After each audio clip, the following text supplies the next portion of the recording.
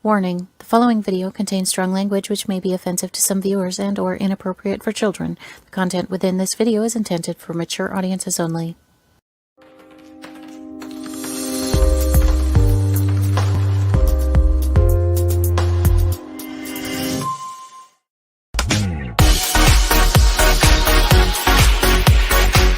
Inside the Drag Closet with Jade.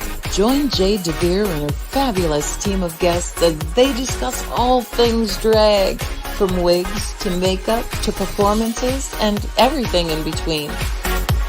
Join us at WLFEDB.com for upcoming shows and more.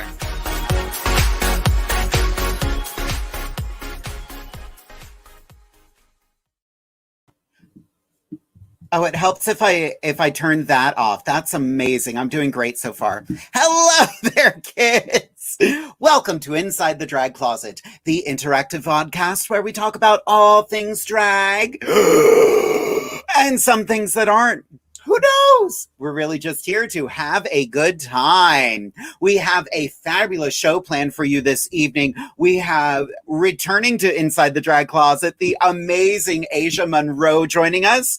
And she got stuck at work late, but she is on her way here. I haven't seen her pop in yet, but we've got the amazing DEJA, and she's actually going to be doing her makeup live on the show because, you know, that's what happens sometimes. The world is weird. The world is crazy. And sometimes we got stuck at the paying gig. It happens. We also have the amazing Amethyst Diamond joining us all the way from Georgia this evening. She is visiting family, but she was nice enough to still pop in tonight. But I have to talk about a few things. First, if you are a fan of the show, you can always go on over to www.jadedevere.com/merch and get your own Inside the Drag Closet hoodie, mask, or gaiter. We've got fanny packs, the brand new tie-dye t-shirt, and of course, the co-host's wonderful sticker collection. I recommend getting them all. I've got a few of them. I love my hoodie. It is the most comfortable hoodie ever. I'm obsessed with it. Also, if you have any questions that you don't really want to ask live on the air, you can always send them to insidethedragcloset@gmail.com, or you could go to www.jadedevere.com, look for the Inside the Drag Closet page, and you can submit your questions anonymously. Let's see, who have we got so far? We've got Derek watching. Of course he is. He's downstairs. That's my husband. He better be keeping an eye on everything. Josh is watching this evening, of course. Hello, Josh. Wait a minute. He just texted me, too. That's craziness. Vicky is watching. Oh, Trixie is watching. I love this hair, too. This is... Actually, we're going to get to that in a second because I haven't done my who, what, where yet. But I'll tell you where I got it. Oh my God, Shane is watching this evening. Hello, sweetheart. I miss you. We've got River Berry watching this evening. If you don't know who River Berry is, he is an amazing magician. Definitely look him up. Cassie is watching. Oh, they're going faster than I can keep up now. Oh my God. Sarah is watching. I love this look tonight. I wanted to have the whole Crayola gangbang experience. We've got Mikey watching this evening. Hello, sweetheart. We have got, hey lady, hey Miss Daniel. I don't even feel right calling you Daniel. Girl, you're Jada. That's the way it is. So my husband is downstairs trying to stage manage the show for me because I haven't forgotten it. Let me tell him. I didn't forget! I love him so much. He loves me. He's going to kill me someday. It's going to happen. Now that it's out there, it's premeditated. So I am going to get to a little who, what, and where, because that's what the fans want and that's what the fans get. Who am I? My name is Jade DeVere. I am a drag performer. I've been performing for roughly 437 years. I love the art of drag. I can't picture myself doing anything else. What am I wearing? Well, of course, I'm... Oh, they keep on getting stuck. I'm wearing a beautiful set by Rocks by Cox. Some beautiful hair by Webster Wigs. If you're not in on Webster Wigs, look them up. A lot of my wigs are from Webster. I absolutely love them. And this lovely outfit I found online. They tell you not to order that stuff that you find popping up on Facebook. I did, and this is what I got, and I love it. Granted, I cinched it a little here because Had to show off the décolletage. My makeup tonight is all Morphe, with a little bit of Urban Decay tossed on there just to make things pop a little bit more. And where can you find me? Well, you can find me every Wednesday night right here on Inside the Drag Closet on WLFE-DB Radio. We are always live on Facebook and on YouTube, so make sure you head on over to YouTube, like and subscribe over there. Make sure you like and subscribe to the Inside the Drag Closet page right here on Facebook, and keep watching every week. All right, did I cover everything? He loves me. He really does. There's also a time delay between him watching and me yelling at him. So he's like, what is she doing? Yeah. Okay. Thank you. Amazing. We're off to a great start today.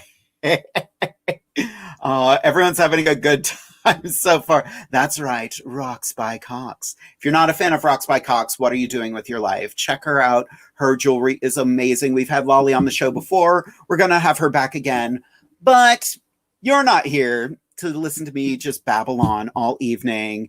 You are here to see my beautiful co-host this evening, who is doing a last-minute buff and powder to her face. All right, kids, welcome to the Inside the Drag Closet, Ms. Amethyst Diamond. Hi, sister. How are you today? Delirious, apparently. I know. Oh, my God. What is happening tonight? I have no clue, but we're already getting so much love. Doris is watching this evening. Hello, Doris. First we have the twins. Now we have mom watching too. That's amazing. Bringing families together here on Inside the Drag Closet. Exactly. Girl, give us a little who, what, where, or my downstairs stage manager will get really upset. He will. He will. Hi, everybody. My name is Amethyst Diamond. I am currently broadcasting to you live from my brother's house as a dining room from Atlanta, Georgia. I'm here visiting with my family and meeting my little baby nephew, Nathan, for the first time. He's the little bundle of joy, and he's upstairs sleeping, so I'm going to keep it, kind of not me. What am I wearing tonight? This wig is made by Troy Funk. It's probably about 16 years old. The earrings and the jewelry. Where's it from? You know, that's right. Rocks by Cox. The gown tonight, Jade, I hate you. The gown tonight is made by Latoya Perry. It's a lovely cold shoulder, high neck leopard with some stones here. You can see that I stoned all pretty in hyacinth. Where can you find me? Right now, you can find me in Georgia. Hold on, here we go. And there we go. You can find me down here in Georgia. You can find me on Facebook under Amethyst Diamond, and you can find me on Instagram under Amethyst Diamond 1. Well, that sounds some fun. Amazing, girl. So, are you excited for this evening? I can't stand it, honestly. I am. This is another one of those nights where I am struggling to keep up with the comments, and I love those. I love those nights. They make me a little crazy, but, short drive. Exactly. How about it? We live there. Amethyst is giving me serious Beyonce standing in the sun vibes.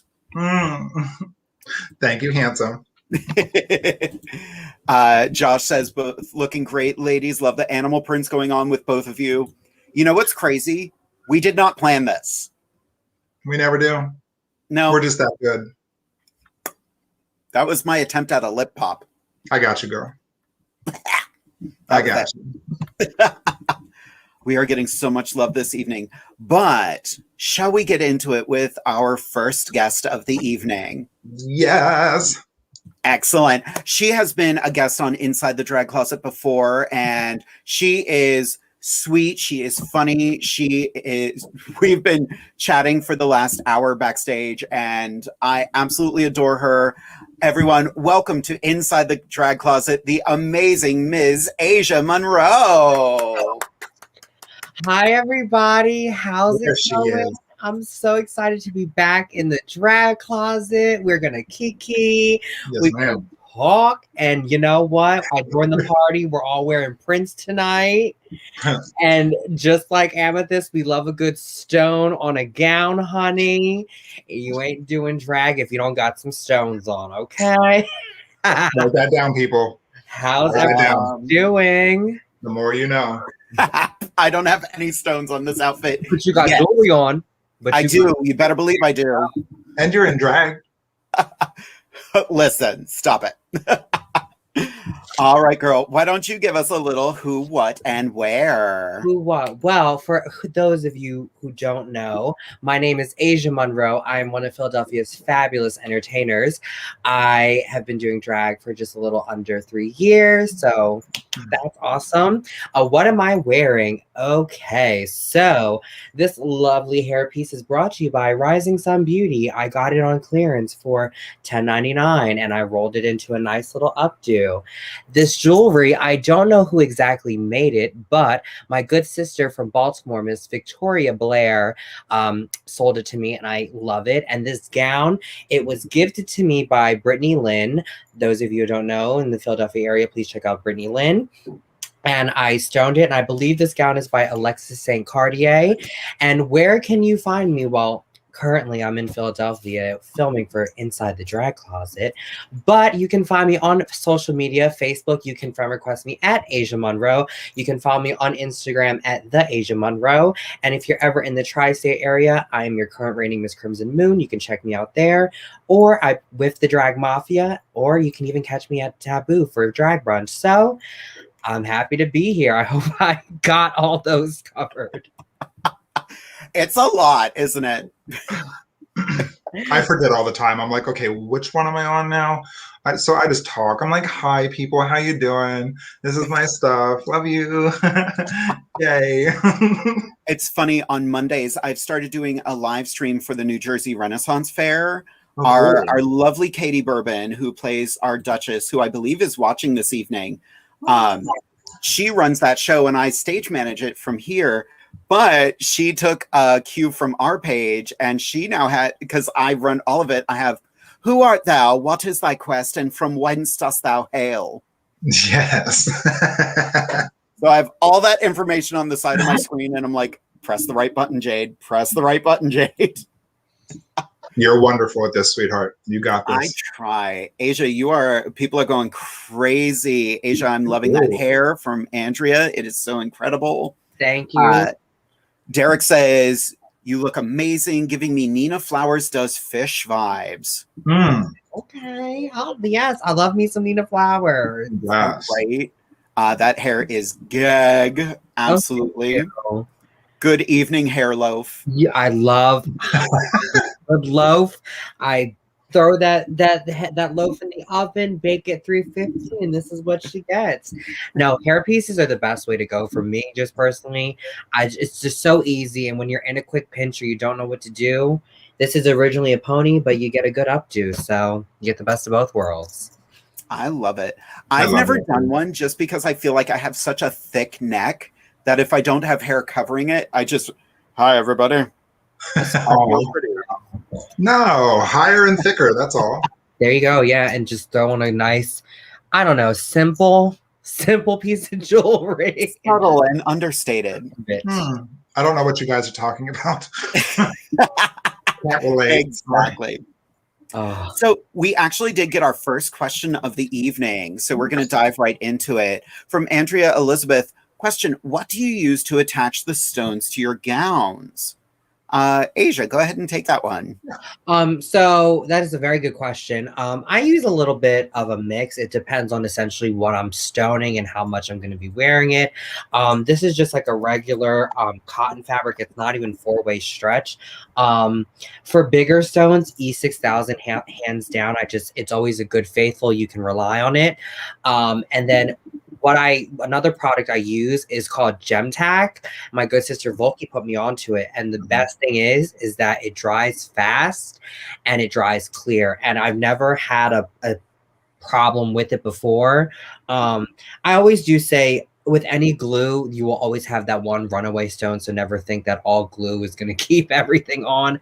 But I mean, those are my two go-tos, and they've always worked good for me. Nice. Got a lot of comments here. From Latanga Manchez. Ooh, Miss Crimson Moon did some drag tonight. Hey, sis, my good sis, Miss Latanga Manchez. I love you from Latanga. She is a sweet. I've only met her once, but we She cracked me up when I first met her because I was doing a gig and she showed up to the gig out of drag. And there, I went and busted it. Titties are coming out. And she was like, "You are so much fun." I'm like, "Thank you so much." She's like, "I'm Latonga Manchez." I'm like, "Oh, I know you." Well, she was one of the first people to really get me into Crimson Moon and her and Cherry St. Cartier. And she's been a wonderful, great sister. And I love her so much. So she's watching this. I'm like, see you soon, sis. I love ya. Ooh, here's a good question from Ms. Jada Sparks. Question, brows covered or brows shaved?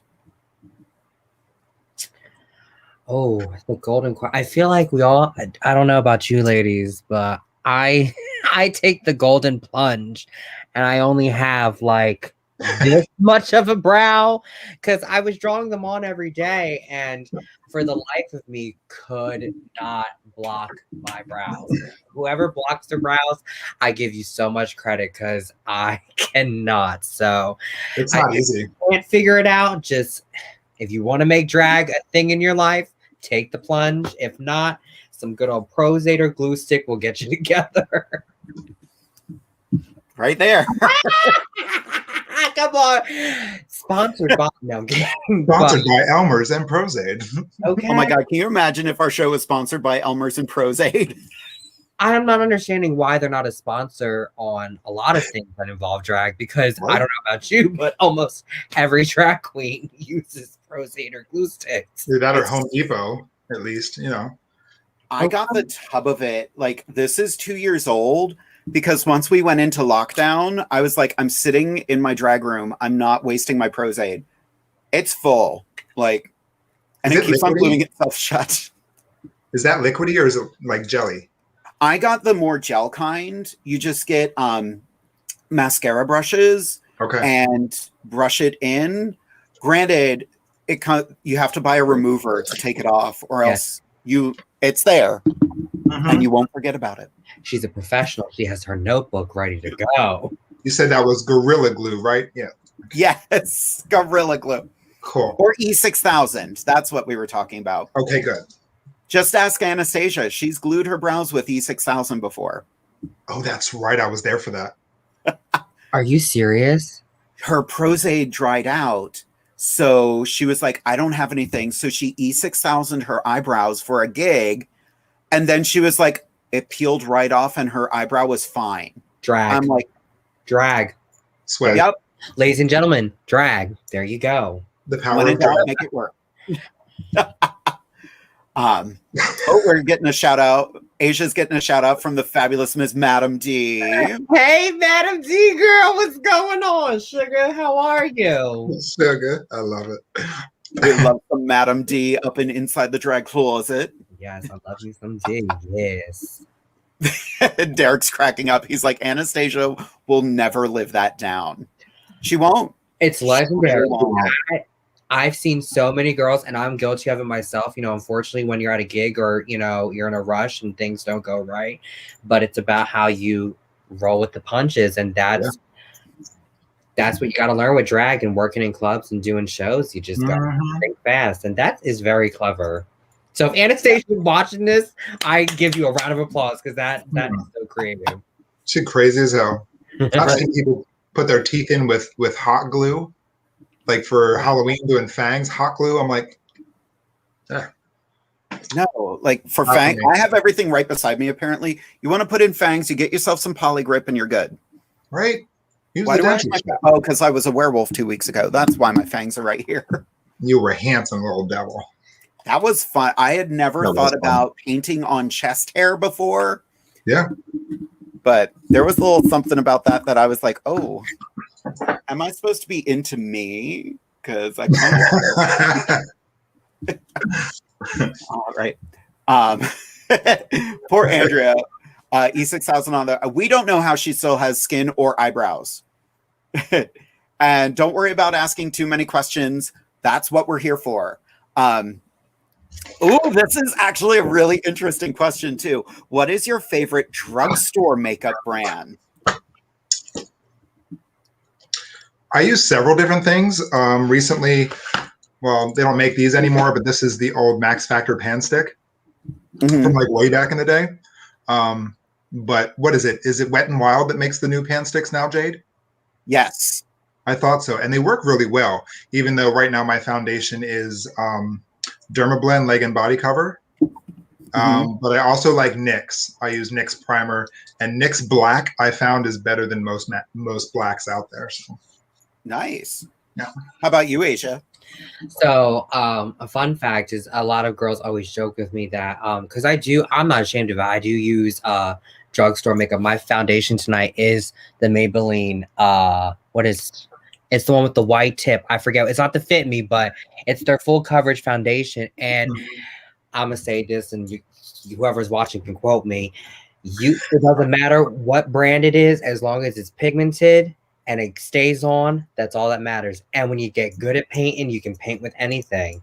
Maybelline is one of my favorite ones. My primer I use. I do use Black Opal. Their cream sticks are really good. Yeah. I usually use those if I'm doing like a long show, a pageant, or just like, a really just like a gig, but as like I'm quick gigs, or, if I just need something fast, Maybelline never fails me. And powders, everyone uses Coty Airspun, it's not that expensive. You can get it anywhere. I also really like the CoverGirl. Their loose powder is really good. But there is a Makeup Revolution brand. They have the exact dupes for the Ben Nye little powders. They have a white, translucent, and banana powder. I love banana powder. $6 for their powders, but they last you a long time. So there you go, kids. Wow. The big thing I usually get from drugstores or from grocery stores and whatnot, Maybelline eyeliner and lip liner. Lip liner is my weakness. I'm actually not using any tonight because I didn't have any blue, and I wanted to do blue tonight. But I was like, yes, this is what I want to do. Yeah, and that's the thing too. If you can't find something in a certain color, use your eyeshadow. I was gonna say my contour and everything. I use it's not a drugstore, but it's the James Charles palette, because they have those big circles of the neutrals. And I mean, like you said, if you can't find it, if they don't have a contour palette, just use a brown eyeshadow and get a blush palette, and there you go, contour. I actually really, really enjoy that palette too. The pigmentation in those colors are fantastic. And I just bought one for a good friend of mine. She's watching right now, Miss Cassie Hunter, for her birthday, which was April 1st. So big shout out to you, my friend. Happy belated birthday. Yes, ma'am. All righty, Miss Asia. We are going to catch up with you in a couple minutes. I wanted to give Miss DEJA a couple seconds to get a little prepped, get herself situated. I see her painting furiously. So, Asia, we're going to pop you backstage for a couple minutes, and we're going to bring you back after the commercial break. Bye, everybody. See you soon. All righty. So, girl, I just noticed this comment from Andrea. I ask a lot because I'm trying to learn. I have my first drag show in 2 weeks, and I'm really nervous. Aww. I've always said being nervous is such a good thing, because that means you want to succeed. That's true. That is very true. I don't get as nervous as I used to when I do drag. Yeah. Like tonight was my nerves were a little up there just because I haven't put a face on in a couple weeks. But now I'm like, we're here. We're having a good time. Exactly. Yeah, even after all these years, we still get anxious and we still get nervous. And I think a lot of that is excitement, but, you never know what audience, you got to play to your audience. You got to feel people out. So, even I don't think that ever really goes away. You get a level of confidence and you go out there and do your thing. But there are some times where you're like, got the jitters or anxious, but just make the best of it. Be confident and proud of what you bring to the table. Doesn't matter what anyone else thinks about it. Go out there and present yourself as you. So you'll be fine. And if you need any advice, let us know. You can reach us. You can find us. We are more than happy to help you out. Yep. Feel free to make use of insidethedragcloset@gmail.com. That's what it's there for. That's what we do. So I do want to get to our next guest, but there was a question here. There it is. I love this question. I've gotten this question before, and it's coming from the fabulous Miss Candy Pop. If you could change your drag name, what would you pick? Oh no. I don't know. I never really thought of that because I mean my drag name is like who I am. You know, because Amethyst is my birthstone. Diamond is the drag family that I originally started in. So, you know, it's my full name is Amethyst Emerald Diamond because my eyes are green. So, you know, I don't know. That's such a good question. I've never really thought of any other name but Amethyst. Like that was my first pick. Interesting. Yeah. I actually, I was going through my Facebook memories this week and I didn't realize I knew I didn't use Jade at first, but the first drag name I was Lady DeVere. Okay. I like that too. DeVere was always there. I like DeVere that. was the 17th Earl of Oxford, the person who supposedly wrote all of Shakespeare's stuff. If you read DeVere's stuff, you'll realize he didn't. Oops. Yep. But then I was like, okay, I love AbFab, so I was going to be Eddie DeVere. But people were like, no, Nice. that's too masculine. So it's Right. like, my eyes are green too. How about Jade? And it stuck. Beautiful. See, we were meant to be sisters. Isn't that nice? Hello. All right, girl. Shall we bring in our next guest? Yeah, let's do it. Deja, give me a thumbs up if you're ready to go. She's good. She is painting furiously. She got stuck at work, but we are super happy to have her. Welcome for her first appearance on Inside the Drag Closet, the fabulous Miss Deja Vu. Hey, look at you, how cute. You are gorgeous already. Stop it. Right? Stop. Don't even stop right there. You're good to go. Thank you. You're very welcome. So, Deja, why don't you give us a little who, what, where about you? Okay, sure. Hi guys, it's Deja Vu coming through, and I live in the small town of Reading, PA, which is about an hour from Philly, and I've been doing that for about 3 years, and yeah, hanging out. That's pretty Awesome. Amazing. So, Girl, Deja, you are- what kind of makeup do you prefer to use? We had a question earlier about what kind of drugstore makeup do we use, if any. So, what do you use on your face? I always actually use drugstore brand. I can afford and I would love to use bigger brands, but it just works. It's convenient, it's cheaper, and I think if you are skilled with a brush and your creativity, you can really use anything. You can use peanut butter as foundation and Nutella as contour if you really wanted to. So yeah, I'm gonna start doing that actually. I'm actually, my go-to is Maybelline. It's all stuck in spirit gum, but yeah, I use Maybelline Super Stay, and yeah, I'm a really basic. So There is There's nothing nothing wrong wrong with that, though. Yep, nothing wrong with that.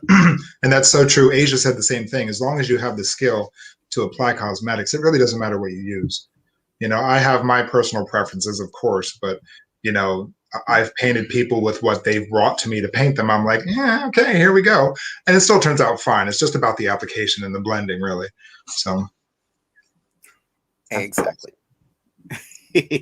And I want to share some of your photos as you're getting ready because this right here ooh, is so pretty and so stunning.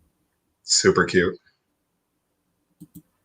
Like, yeah, I love this too. And this just, I pulled pictures from your Facebook earlier. Nah. Let's talk about the fact that you did your own version of the Powerpuff Girls. oh, That's adorable. that's my siblings and I. I'm in the center, and my brother's a beast, and my sister is the one in blue. Oh my God. This is amazing. Awesome. Thank you. We did it. Actually, over lockdown was the first time I ever got them in drag, and it was kind of stressful because my parents were conservative, so it's already a trouble having one son, one child in drag, so to have all three would like kill them. So I had to like do their beat, do my beat. My sister's beat was like the quickest. I white lashes, blush, and then we took a picture. And then my dad came home, and we all ran to the bathroom in unison, and we all like scrubbed our face, and yeah. So that's the backstory behind that picture. We did it last year during lockdown. Wow, that is such an interesting story. So, Deja, does your family not approve of you doing shows and drag? Oh, so it's definitely been a tumultuous journey, I would say. I mean, they're like we're getting like to more positive progress. Like I've gone to work in drag for Halloween and for Lunar New Year, and everyone seems to love it. And my mom's like so proud. And you know, she's actually like she watched some Drag Race today. She was a little confused, but she's still watching. Yeah, my mom. I think my mom is she's again always a conservative woman, but she's supportive in the way she can be. Like she's seen Plastique, and she's very crudely just like, why can't you be like Plastique? Like Plastique's pretty pageant. And she's like, why do you always have to do the sexy stuff? So I think she's into drag, just maybe not like the slutty, sexy stuff. Just more like elevated drag, which I am not, clearly. That's okay. You know what? You have a conversation started. Take it from there.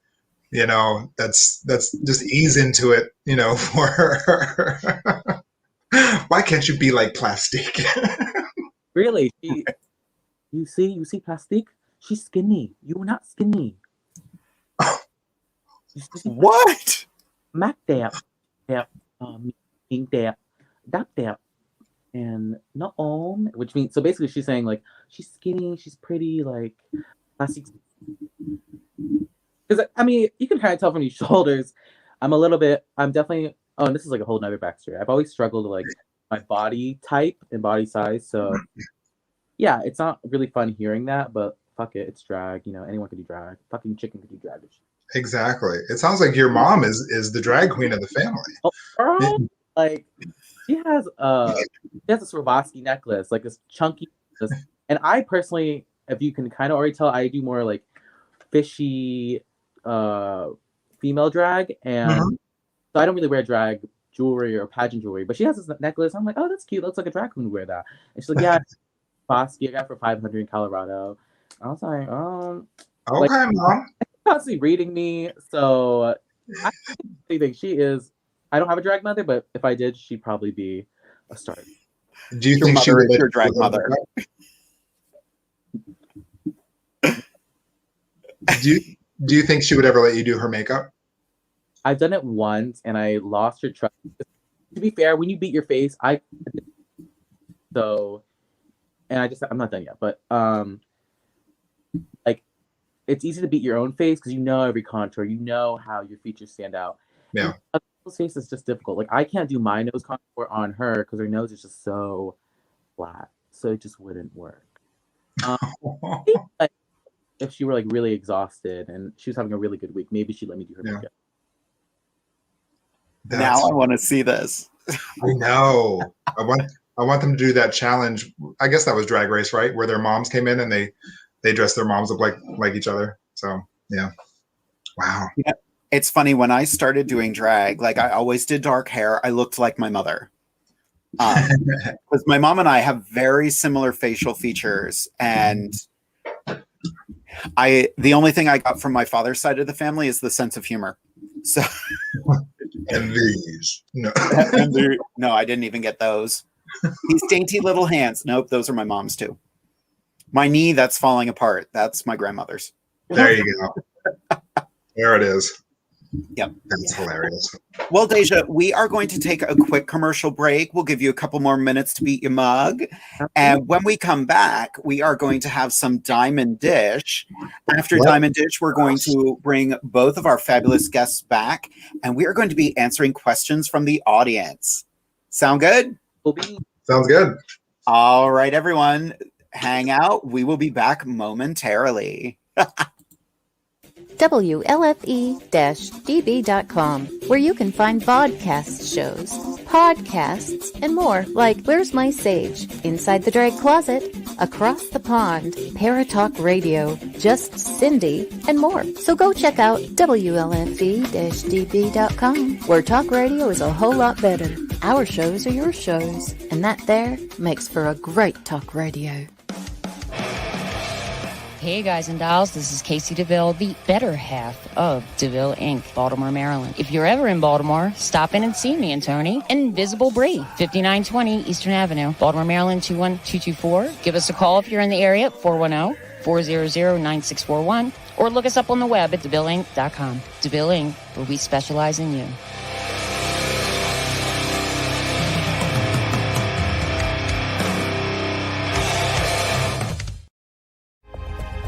Ted Van Son Jr. is a seasoned investigator and well-versed in the ways of paranormal investigation. He is now ready to share his ideas and unique approach with all of you. Flashlight, recorder, and comfortable shoes.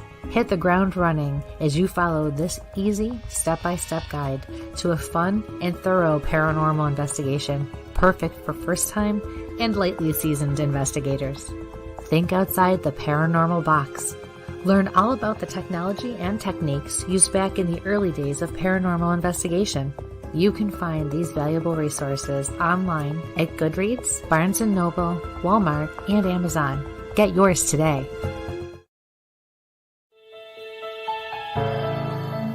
Hi, I'm Jenna Grover. In the world of fashion, we get lost in the cost. Everyone wants that special piece of quality jewelry, but they can't afford it. Not on my watch. I sell handmade quality jewelry for a fraction of the price, and that includes jewelry made of sea glass, natural stone, crystal beads, glass beads, Bigfoot jewelry, and more. If you don't see what you want, email me, because I make custom jewelry too.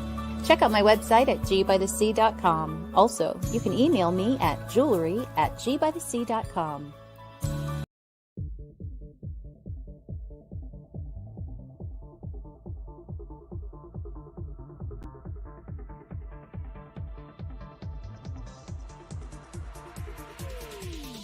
WLFE-DB Radio has LGBTQ shows like Across the Pond, Rainbow Soul, Everything Yet Nothing, and Inside the Drag Closet. Check out the schedule on WLFE-DB.com. You can even watch them on TV at WLFE-DB.com under LGBTQ Friends, right off our website. Again, it's WLFE-DB.com for your LGBTQ shows and more.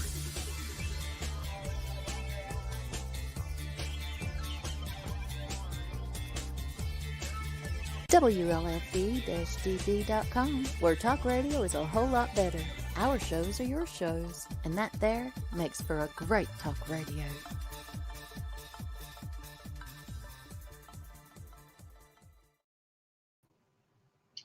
Hey everybody, welcome back to Inside the Drag Closet. It's your co-host Amethyst Diamond, and it's that time again for what? That's right, Diamond Dish. So as many of you know, I usually try to keep things positive and send out the message of light and love. And today's Diamond Dish, the topic of Diamond Dish, is do what makes you happy. And today it was inspired by a quote that I seen on Facebook when I woke up this morning. The quote was from my personal all-time favorite drag queen and entertainer, the incomparable Sabrina White. She was Miss Gay America in the year of 2002. That's when I met her. And she's also our reigning Miss Gay United States 2020. The quote, I believe, I'm going to read it to you here.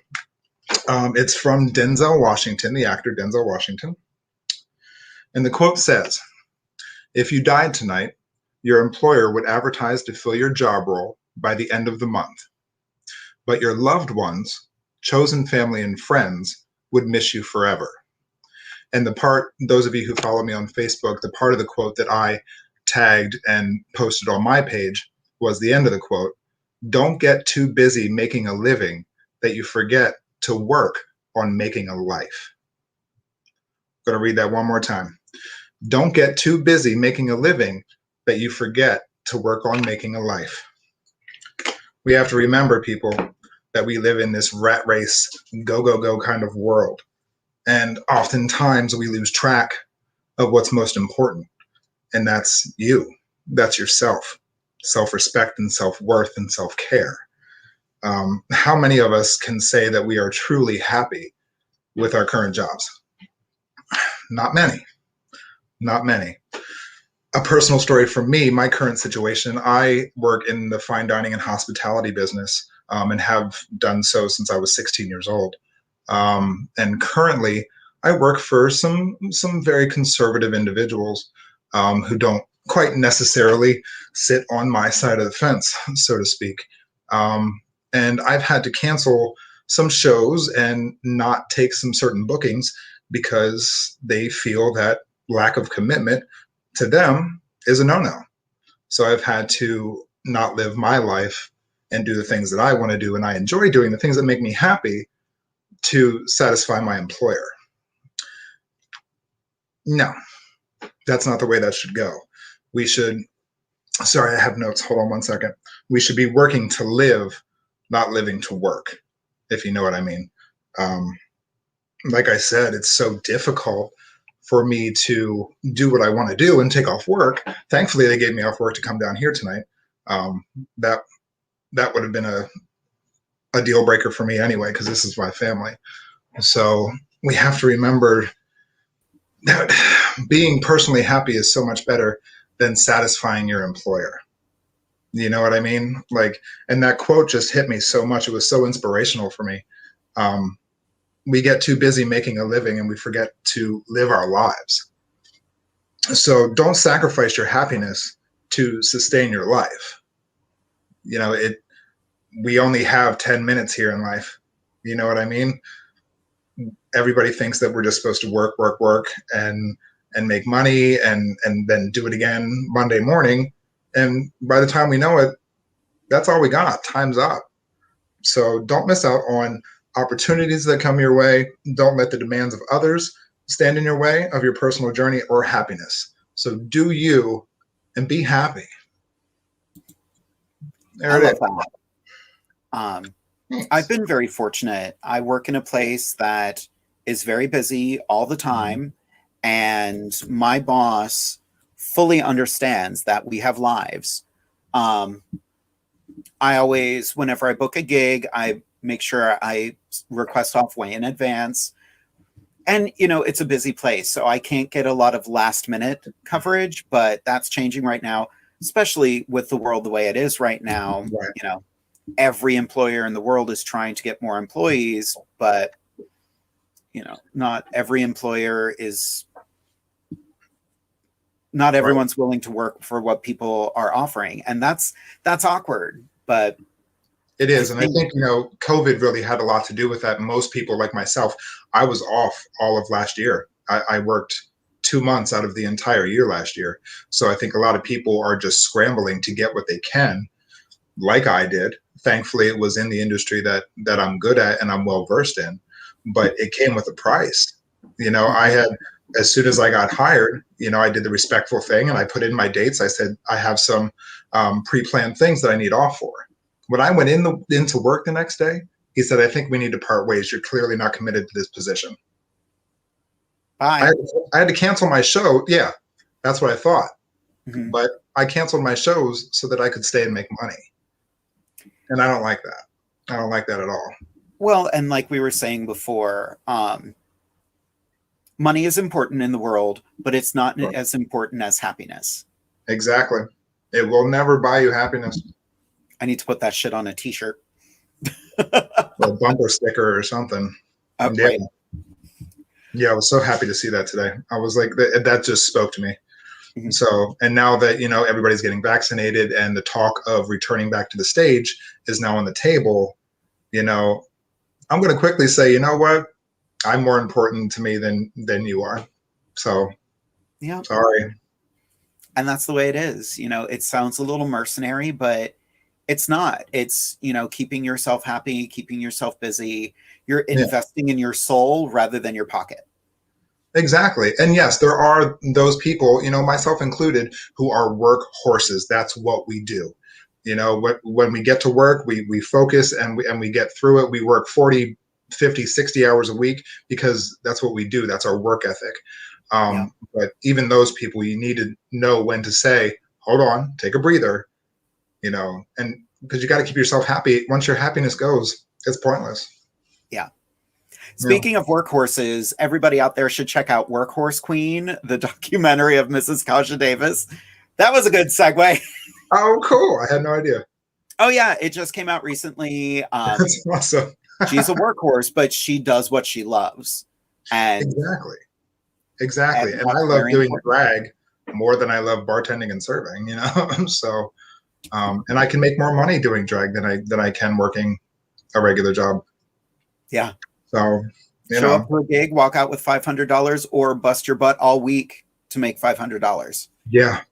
Now we need weekday gigs. Yeah. Oh, I can't wait. Oh my God. Right. So before we bring back our guests, I did want to, Andrea pointed out the drag name I chose for myself is Orion Angel. I was driving home from a drag show the other day and I decided I was going to do drag, and I saw the constellation Orion staring at me the whole way home.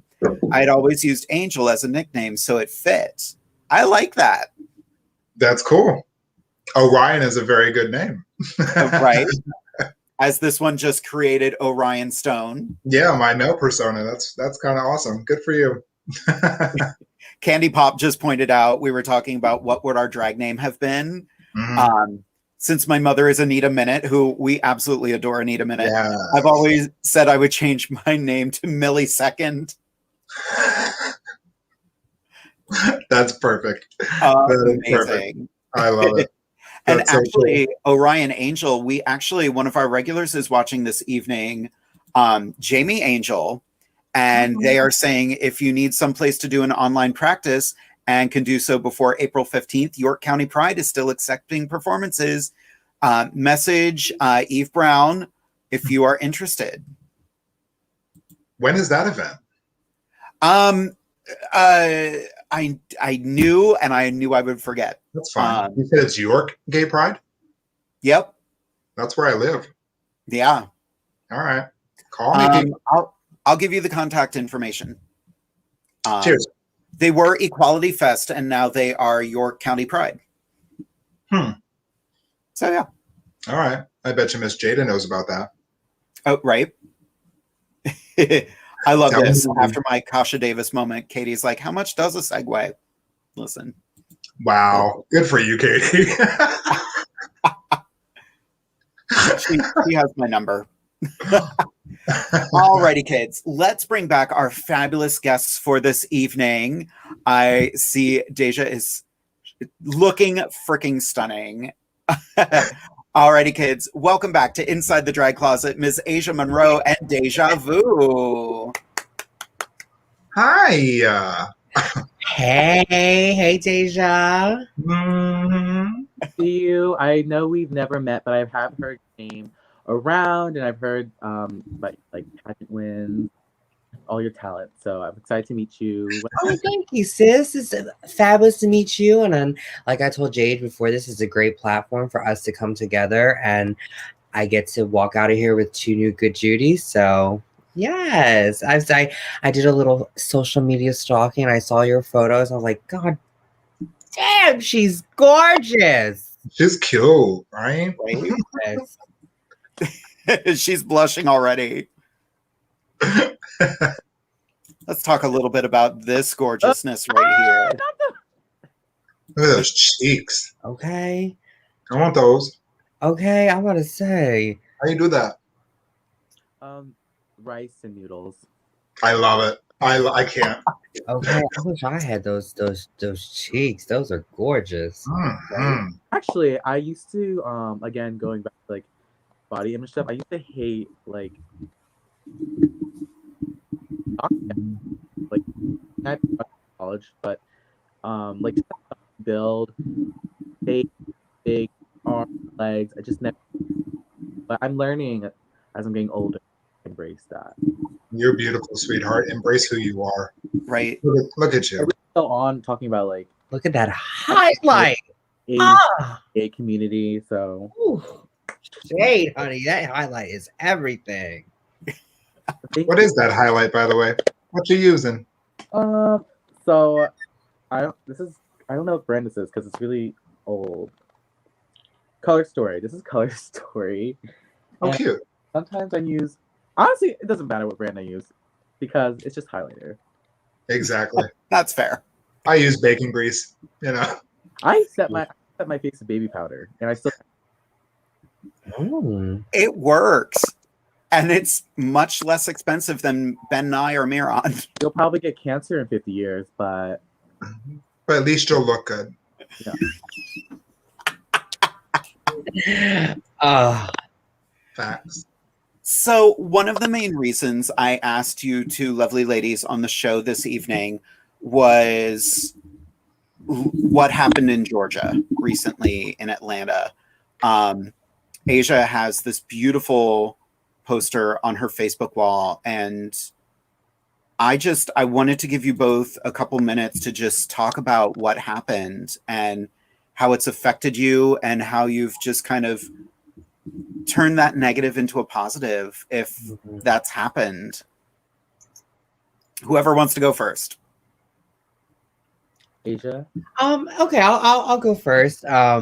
You know, what happened in Georgia is like, even talking about it and thinking now, it just makes your stomach turn. And unfortunately, it's not something that we haven't seen going on in our country and many other countries. And what baffles me is that, you know, people don't think that hate is real, not just, you know, with everything going on, but hate in general. And that's what baffles me, because I always say to somebody, whoever says like, oh, it's not real, or what if it was you?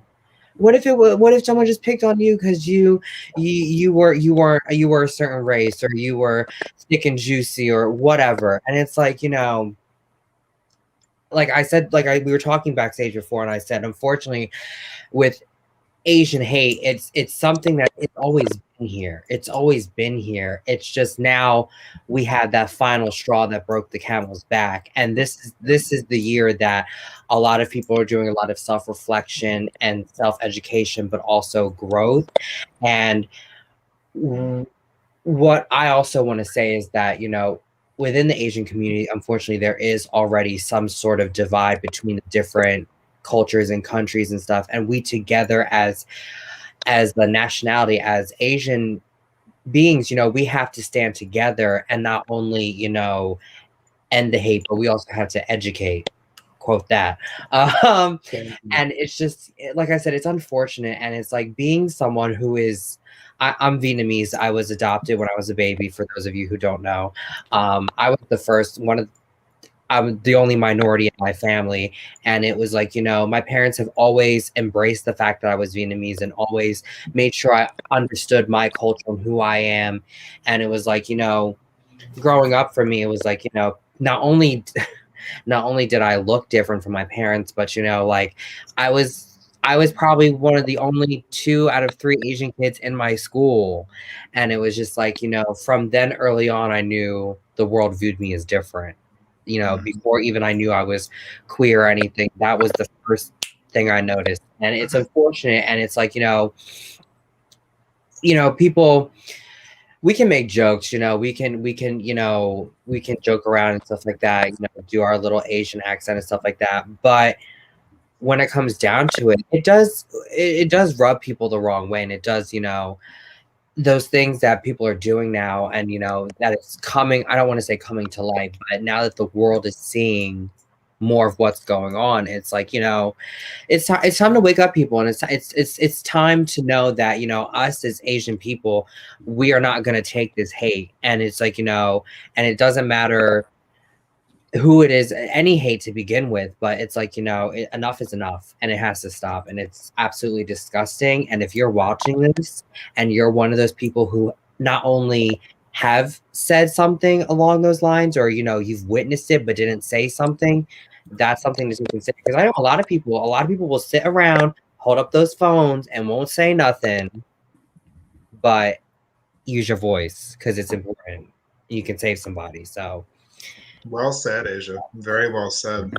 Yeah, so many people are quick to grab their phone and record what's going on, but instead they need to put the phone down. Whenever I see a fight or, you know, a verbal altercation, and I'm just sitting there, I'm like, the first thing should not be one to take out your phone, but, you know, try to calm down the situation. But like if it's something call the police or something. It's like, you know, like I had seen this video. It was this, you know, elderly Asian woman, and some guy like beat her up or something. And you know, first what I noticed is that he was on a stretcher, she wasn't. And also, people are like you see so many people videoing, and it's just so aggravating because it's just like, is that really who we are in this day and age? That we'd rather get a viral video before we can help somebody and save somebody? Come on now, it's just gross. It's disgusting. But that's gross. It's time to wake up people and change. Yeah. Like the only thing I can possibly think is like people want to make sure it's on film, but when my first instinct would be to step in, not to grab my camera. Right. It's gross. It's gross. DEJA, would you like to add anything? Absolutely. I'm actually, I guess, a bit of a contrast to Asia's approach. And so initially, when I heard about Stop Asian Hate, and I heard about these Asian hate crimes, honestly, I just kind of rolled my eyes, which I know is horrible. And I work in a nail salon, by the way, so that's my job. And I'm surrounded by a bunch of older, conservative, Vietnamese stereotypes. And so honestly, like, when my family and my mom and we're like, be careful where you go, you know, people are attacking Asians, I was like, first of all, no one's gonna catch me slipping. And second of all, like, I just kind of rolled my eyes because I have always been my whole life a very liberal, very progressive, or I try to be. And so I've always been the outcast in my family. So when my family group chat was like, oh guys, watch your backs, da da da, I was like, girl, where's this energy for like, what does it matter? And also my friend, and usually I do this rant, if anyone knows me personally, I do a rant sometimes when I'm in drag, and I'm like, hey guys, DEJA coming through, and I just like talk about whatever. And I have stayed pretty silent on the matter just because I shouldn't have to remind people to not be racist. Like, I shouldn't be like, hey guys, today we're not gonna hate Asian people. Like, I shouldn't have to remind you to just like not be racist. Just don't do it. Right. So, yeah, I mean, I obviously care, and when you do look at the stories of people, and anyone really just doesn't have to be Asian, anyone who grew with immigrant parents, you know the shit they went through. So they hear like, you know, they crossed literal oceans and they suffered long work hours and built themselves from the bottom to the top just to get gunned down. It's like horrible, and I do like get a little emotional when I think about my mother. Just like that's your legacy, like you like build yourself up from shit from the ground and then suddenly just gunned down and you're done. So yeah, I just get a little emotional thinking about it when it comes to my parents, my mother, like, that's it, like you're dead. And I just think so fucking stupid and shitty. But yeah, so that was my initial response. I just wasn't very like empathetic. I was like, well, these people, like, you shouldn't have to remind people to not be racist. So I agree with Stop Hate. I just wish it just didn't have to be like, I have to remind people like, hey, you know, don't kill me. My good friend James and I talk about similar issues all the time because he's like, as a black man, he is sick of reminding people not to do racist shit. Yeah.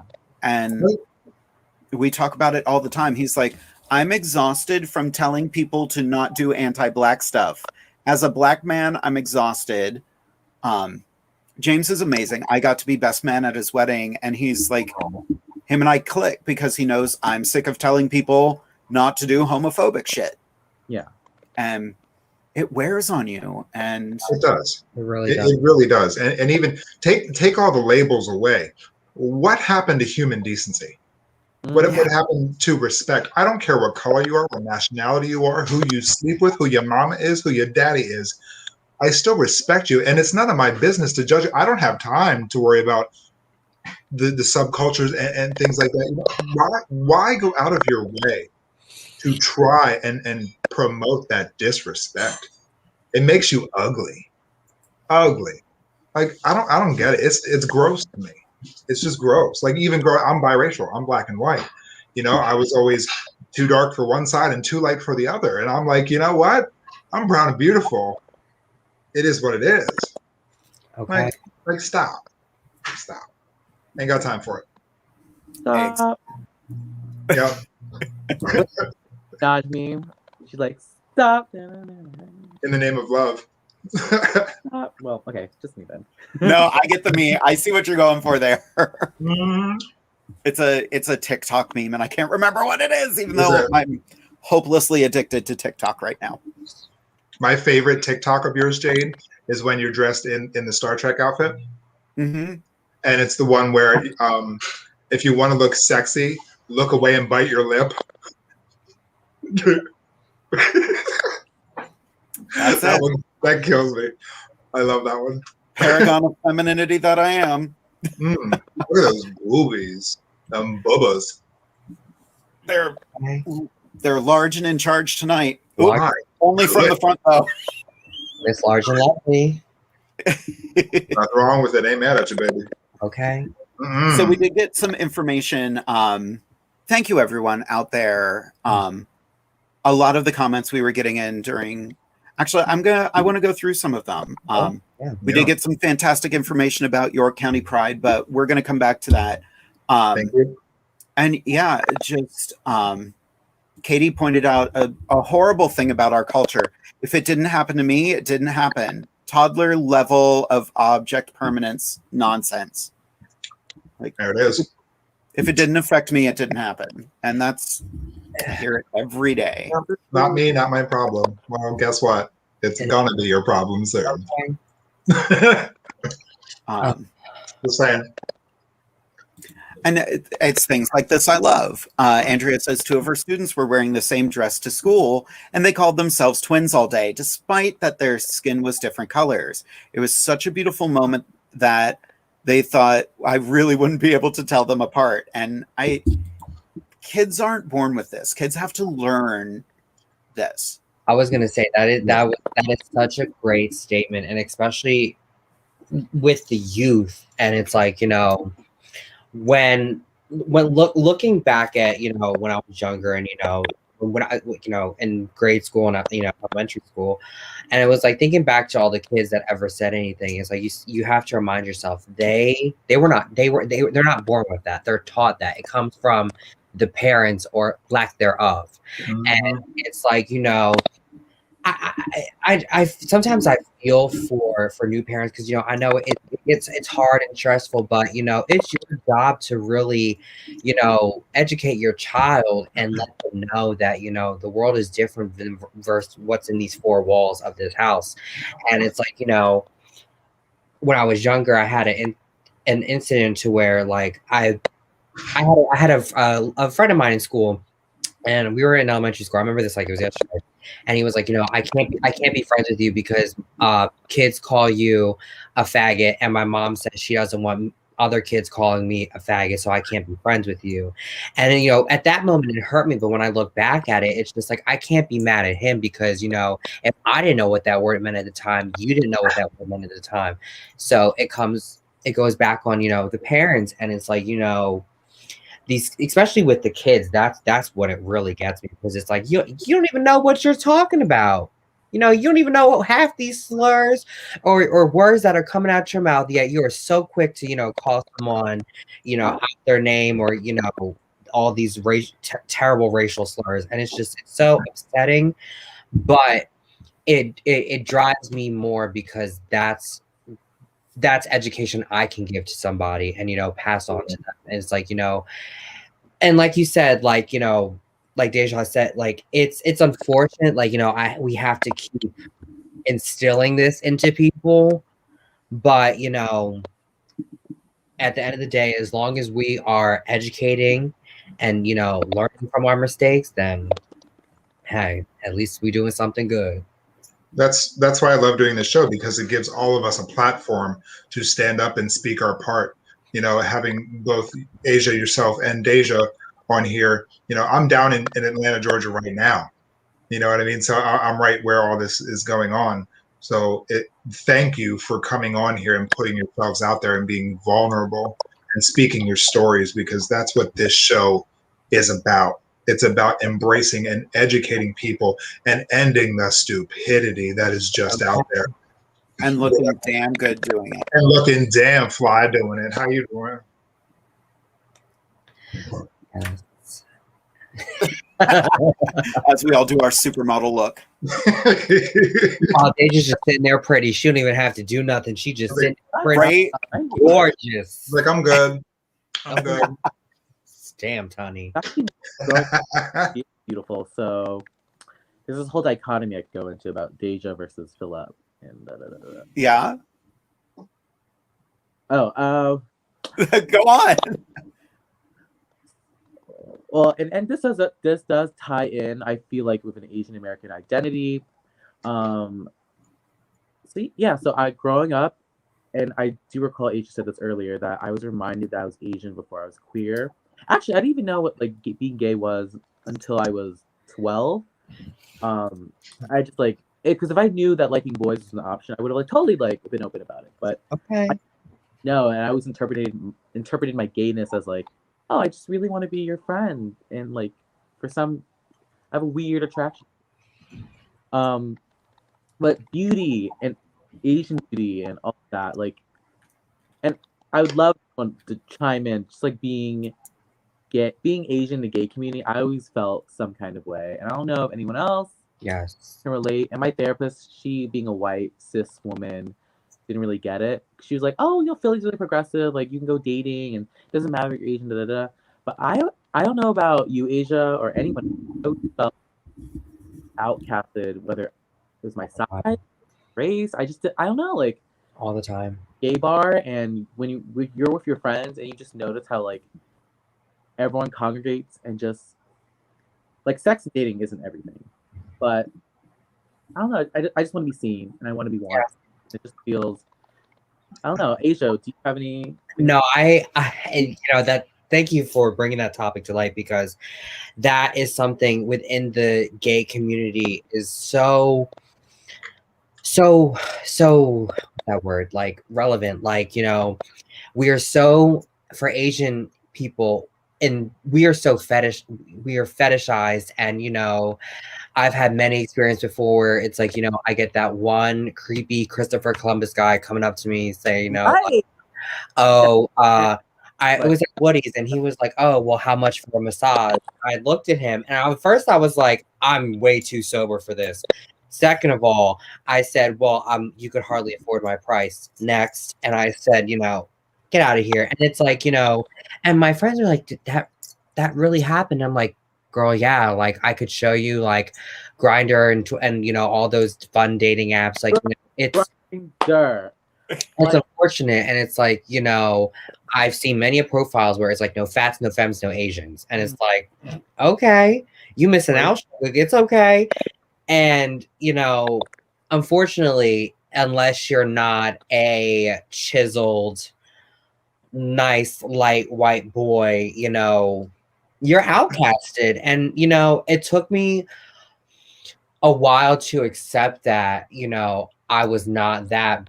But I'm happy end of the day. I'm perfectly fine, because just there's somebody out there looking for that, there's somebody looking for me, and they will love all this goodness. And it's it's unfortunate, like you said, it's unfortunate and so annoying to have to remind people, but it is what it is, but changes are coming, so yeah, it's funny to think that I knew what color I was before I knew who I was. Mm-hmm. What was that, Deja? Well, I'm in a better place now. I went through therapy. I'm medicated for my anxiety, depression, and all that. So I'm in a better place, and I don't take rejection as serious as I used to.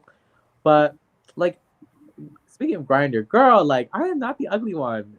I just don't treat me like I'm the repulsive one. So I just hate. I don't know. I don't know if it's a personal preference thing, but it's annoying.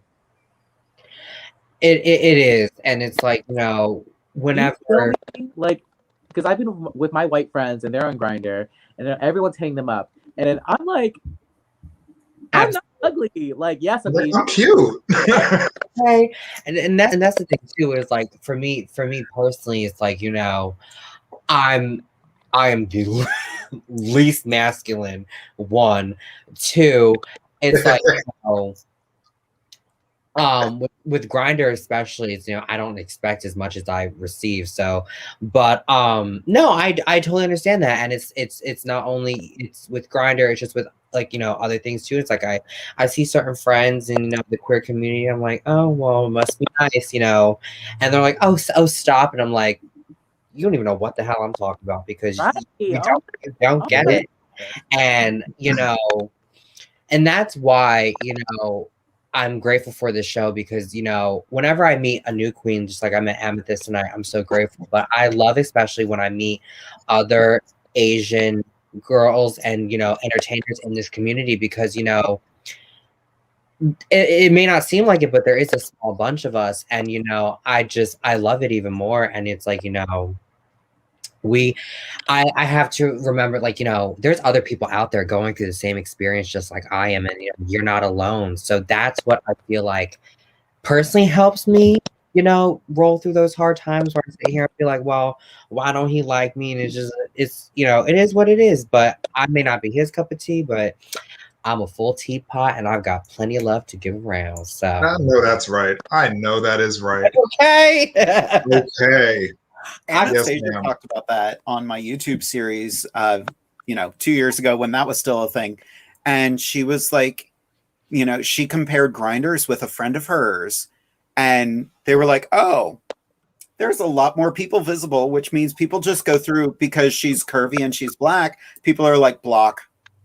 And she's like, wow, half of the people on yours are missing on mine. That's great. I'm like, I don't understand that. Yeah, there's a lot of racism in the gay community. There really is. Very much. Hard to say. Speaking of Anastasia, she noticed that. Great. Hi, baby. You are 100% right, and that's what I honestly gets me so much, because we already as a community have so many people against us, yet we want to sit here and, you know, categorize everybody under the sun even more. Like, come on now, Mary. Like, I don't get it. I just, you know, the gays, honey, the gays. Gays of our lives. Okay. One of my favorite straight people has a new favorite term this evening, by the way, though. Christopher Columbus guy, new favorite term. You're welcome. Sorry, but it's whenever I've seen it, and, you know, it happened to me. So it's happened to me so many times where it's just like, you know, you think that one guy's really into you because, you know, but then, you know, he's just like, wow, like, I've never been with an Asian. And I'm like, it really do be like that. Like, all right, you shouldn't have said that, because now I'm going to charge you more. So, okay. But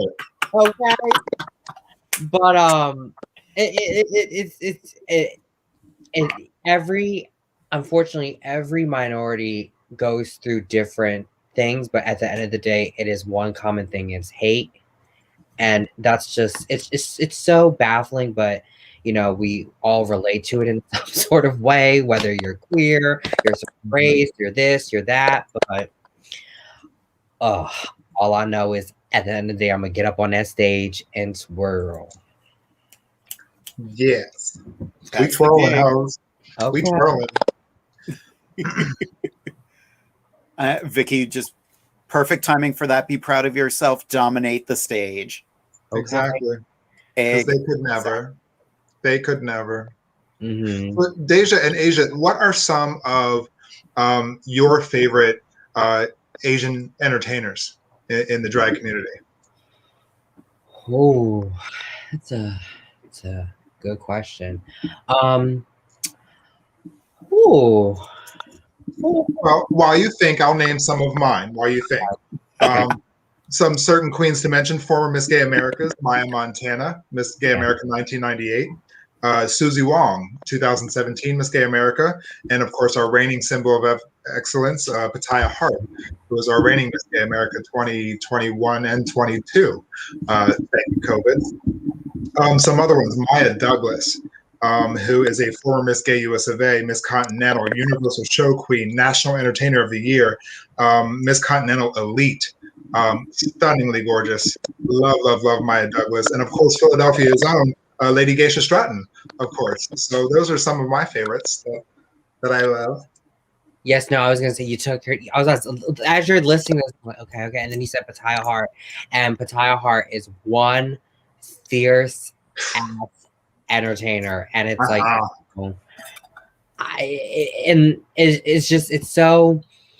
it's one thing to have people you look up, but when you see an entertainer, and you just say, wow, I relate to them so much, and you get that, you see that they're, for me, like, you know, being Asian, you know, I see like another Asian girl, another Asian entertainer is doing something just like me. It's so inspiring, but it just gives you that shock of energy, like, I'm doing what I do because at the end of the day, in time come, I know there's going to be another little baby queen up on that stage, and we're going to see each other, and they're going to say, wow, another Asian legend. And it's, you know, that, yes, it's a really good feeling for sure.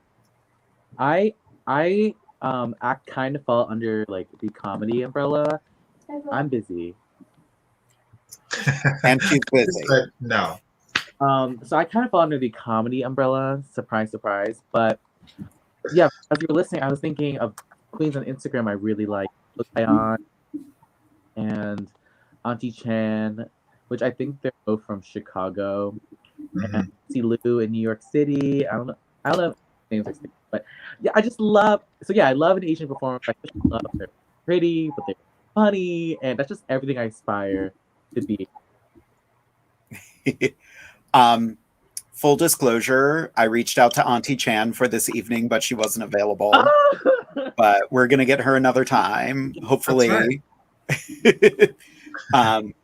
Because we had her good Judy Darby-Lynn Cartwright on the show a while ago.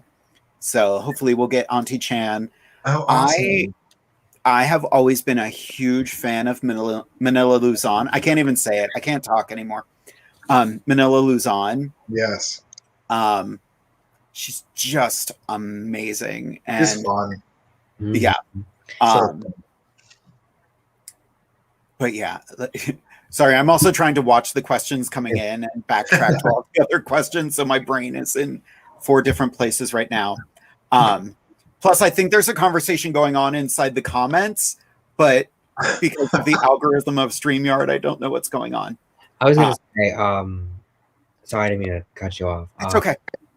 But before I even knew like a lot of with those names that Amethyst just listed, and a lot of, you know, really the drag outside of Drag Race, the first queen I ever saw on Drag Race was Jujubee, and it was like, you know, for the longest time, and I'm gonna say this is like, you know,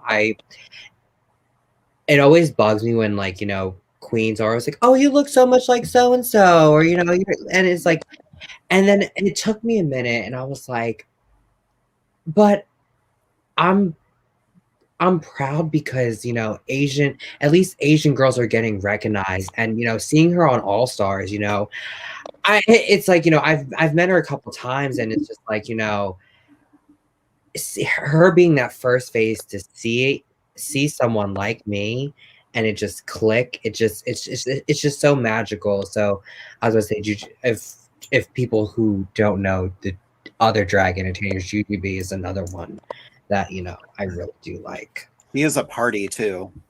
Yes. I did a gig with her like 8 years ago, and I remember coming out of my hotel room. She came out of her room. She's like, "Hi, my name's such and such. Where the hell do I go to smoke?" I was like, "Follow me." Oh, yeah, love Jujubee. And fun fact with Lady Geisha, she'll even tell you this.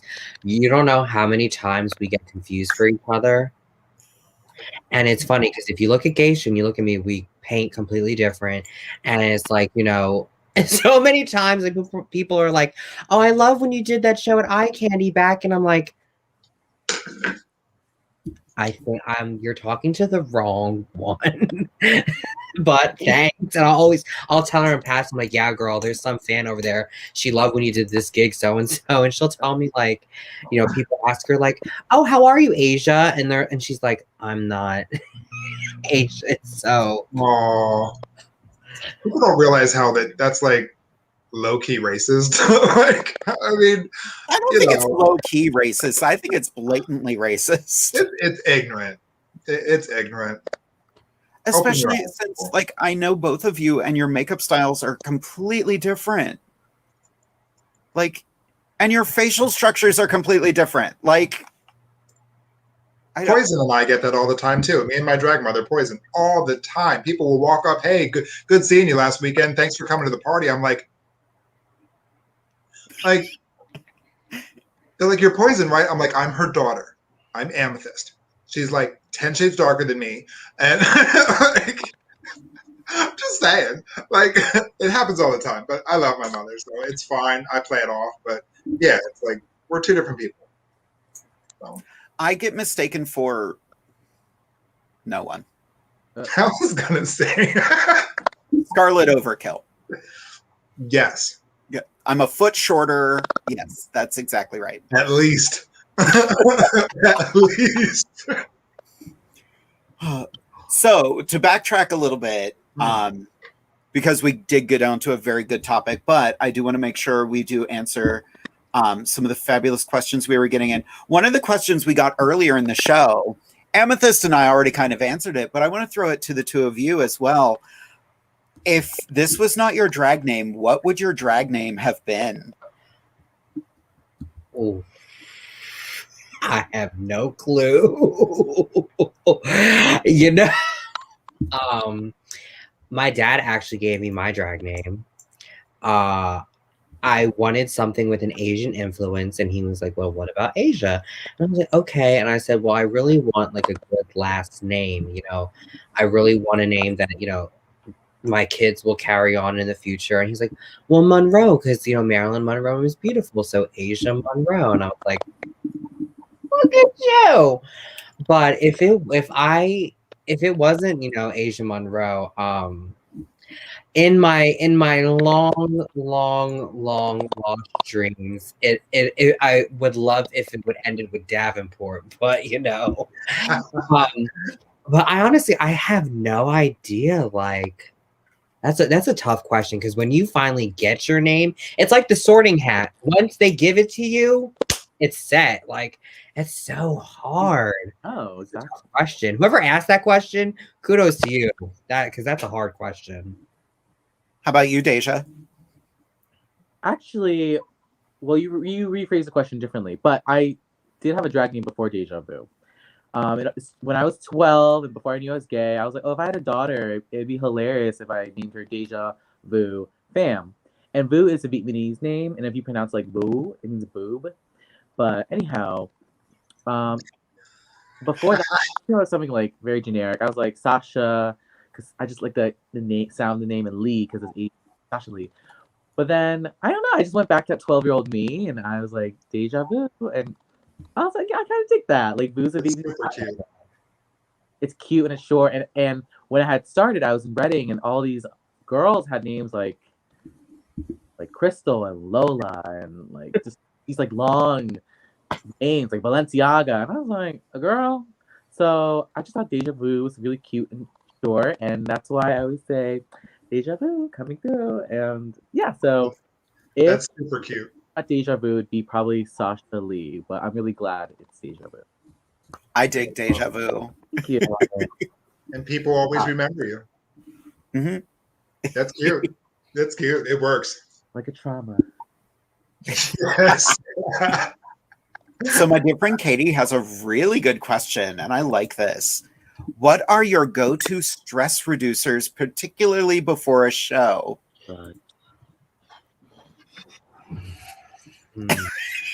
Amethyst, do you want to answer? What was the question? You're fine. You're fine. You're great. Totally kidding. Music. Music is my my anxiety relief. It builds me up. It pumps me up. Like when I'm doing my makeup and I have music on, 9 times out of 10 I put way too much on, which isn't really a thing for drag. But yeah, music just inspires me and lifts me up and just puts me in a good mood. And that mood is just, conveyed to everybody else in the room that I'm around. So music does it for me. I love that. And wine. Lots of wine. Usually for me, if I'm stressed or, while I'm getting ready, like Amethyst, I love listening to music. I'll either listen to what I'm performing or one of my favorite numbers to perform when I'm in drag. Sometimes if it's like if I wake up and, have a stressful day and I'm sitting there before I get ready, I love watching like old, like drag videos, like talent videos of different performers. Like I could sit here and watch Miss Shay Shay Larice all day. I could sit here Kennedy all day twirl. I could watch, Katia Lee Love twirl. Like I could watch, I love watching old pageant videos. That's a stressor for me because I love pageants. Mm-hmm. But yeah, no, definitely music that's a very good stressor. And I'm not a big drinker, but I will have some lovely Miss Marijuana. So she's also a big stress reliever, but I can't have too much before a show or I'll knock out and I won't make it to the show. Nah. How about you, Deja? Actually, I don't really have a stress reliever. I think just honestly staring in the mirror and just being really quiet and reminding myself you are that bitch. Do not worry. And I feel like some people think I'm a cunt for that because I don't talk to other people, but it's literally just because I'm anxious and I'm trying. Yeah, I do the same thing. Personal affirmations and building yourself up, there's nothing wrong with that. Look in that mirror and tell yourself who you are and what your worth is. Exactly. Because until you believe it, nobody else will. So self-love is the best love. Thank you. Yep. Yes, ma'am. What do I do before show? Literally, I'll crack jokes. If I can make the entire dressing room have fun, then I'm like, okay, I'm good. I'm ready. Fabulous. You are so good with that too. I love being in a dressing room with you. It's not even funny. Being backstage with you is one of the highlights of being in a show with you.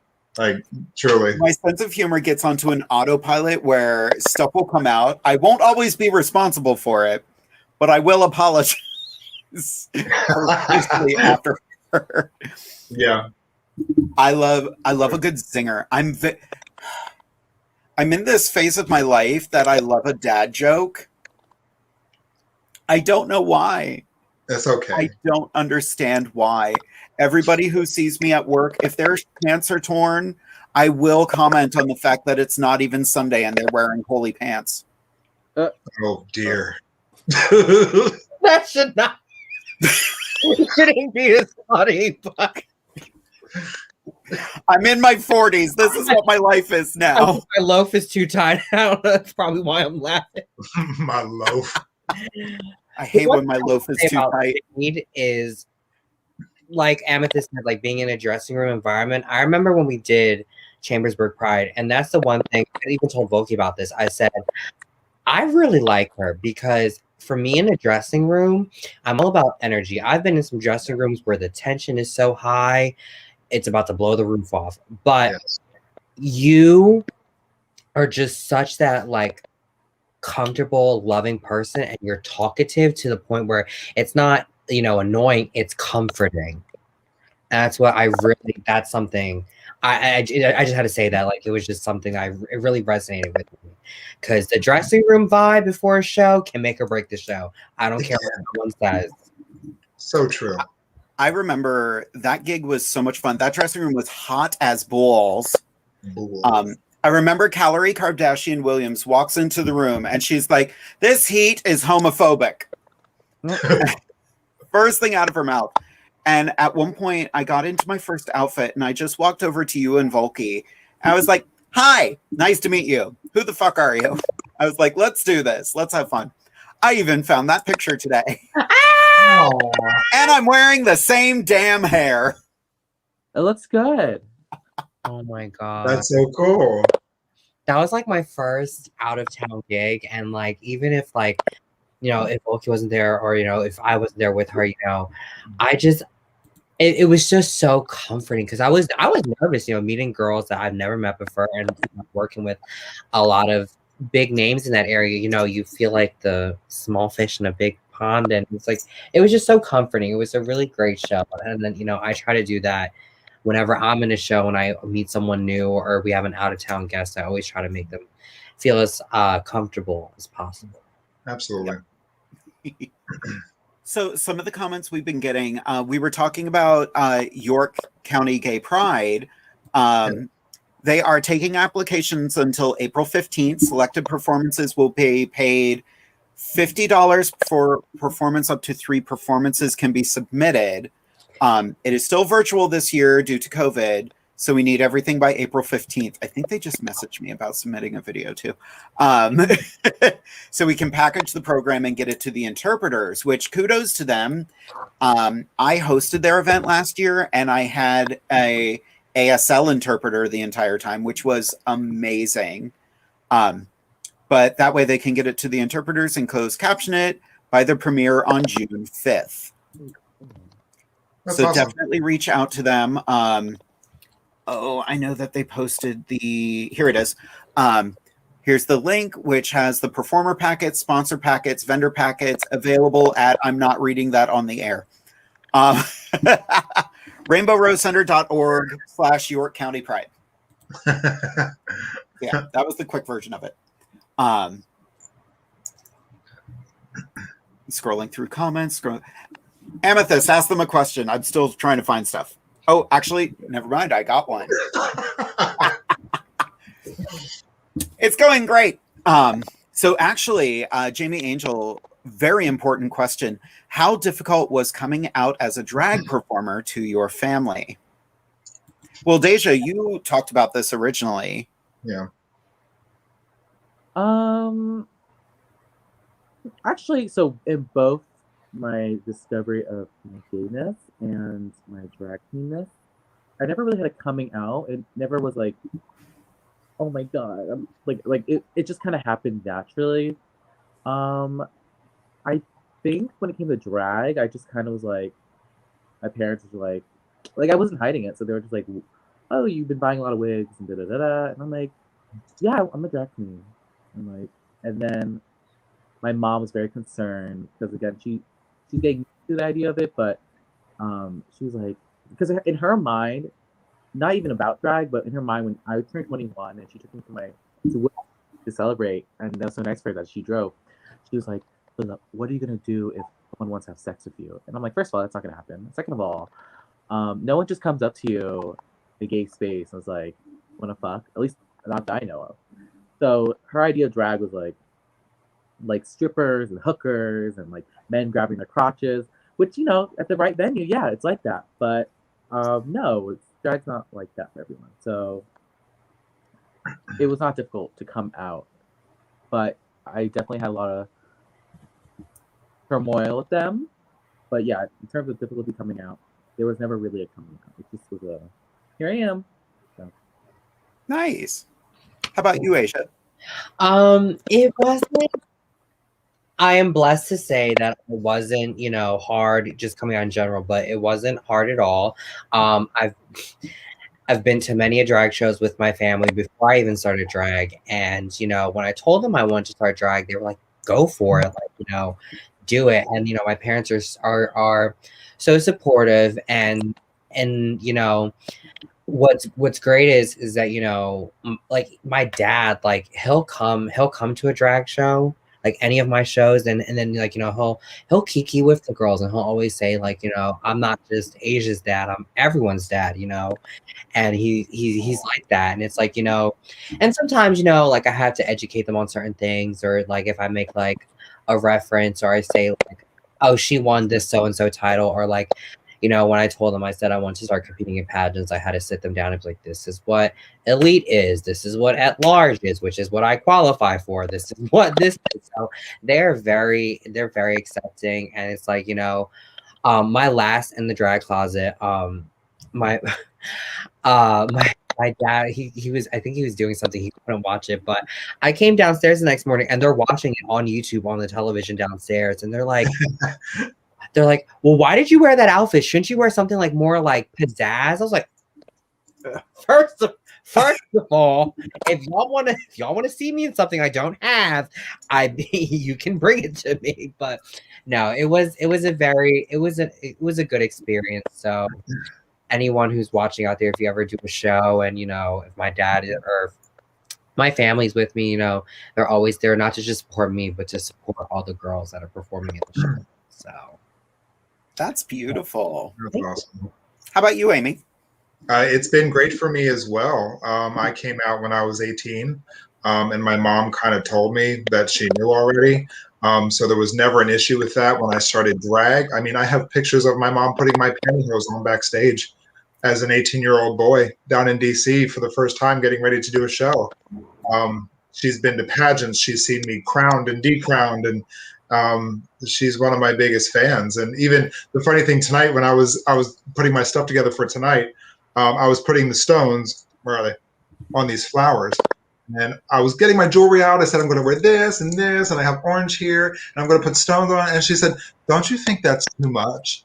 I was like, nah, like this isn't too much. Like, it's the stones that do it. Well, yeah, she's my biggest fan. So it was never an issue, never a problem. I love that. Yeah. My grandmother used to refer to my drag as my war paint. Oh, there she goes with her war paint on again. Yes, ma'am. When I did the Scott Church's drag documentary, my mom actually met me and Derek there and sat with us during it. And it was interesting because I talked about my family dynamic and the fact that my dad has never been in the picture. And my mom from the audience is like, you're damn right he wasn't. And I was like, okay. So we are actually 5 minutes over our time, but there are 2 questions I still want to answer. Cool. So we're going to get to these quickly. They kind of tie together, and we're going to start with the beautiful Miss Lola's question. We heart Miss Lola. What was the first number you did? My first number, it was at a lip sync battle. Luckily we kind of knew what we were performing, and mine was Marry the Night by Lady Gaga. And looking back at the video, I thought Mama was turning it up there, and I look hot in this express. But it was the dream that became a reality that night. Every time I get in drag and perform, I always think back to that night and that feeling of just everything being so right. It's just the spirit. Ooh. How about you, Deja? Oh my God. So I find it so funny that Lola asked that because she's also a Reading queen. So hi, Lola. My first number, in the classic Deja Vu fashion, I was super late, even though I lived 5 minutes around the corner. I finished work, threw on a wig. I spent like 20, 30 minutes trying to glue my brows down, and then my eyes, I love doing cut crease, but like when I started, I just drew a lid, like boop, lid wing. And my first number I did was Your Body by Christina Aguilera.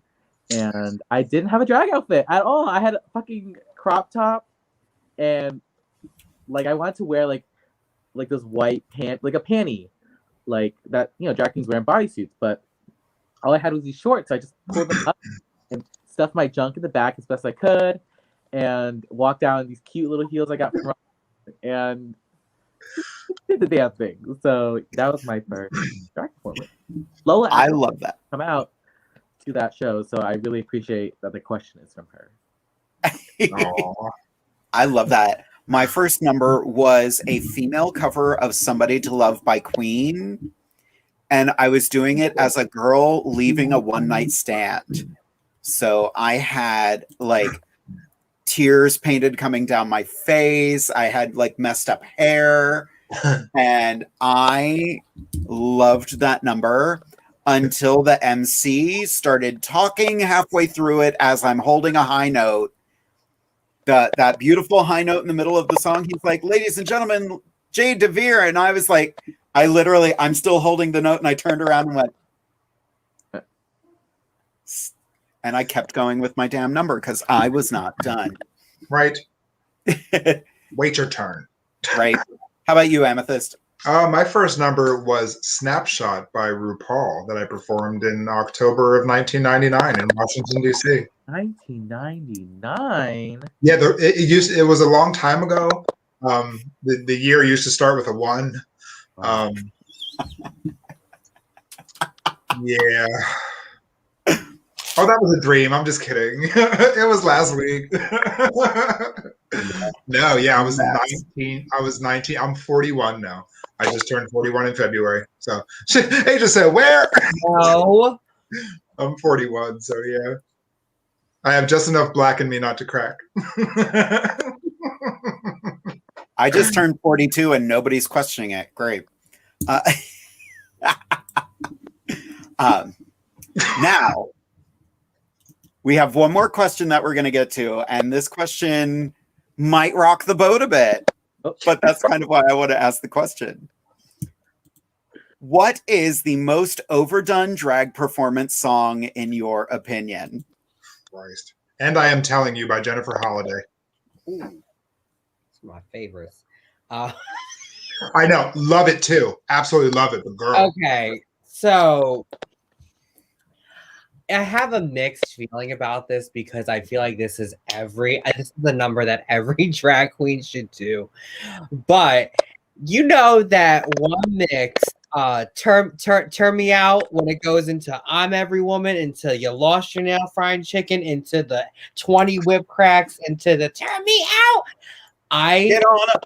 That's why I stopped performing it, because it was one of my favorite numbers to do. But every time I went to a show, they'd be like, "You have to resend your music because someone's doing it." I'm like, you know what? But I would say, since I feel like anything Gaga or Ariana, and every show, it's just, I'm sorry.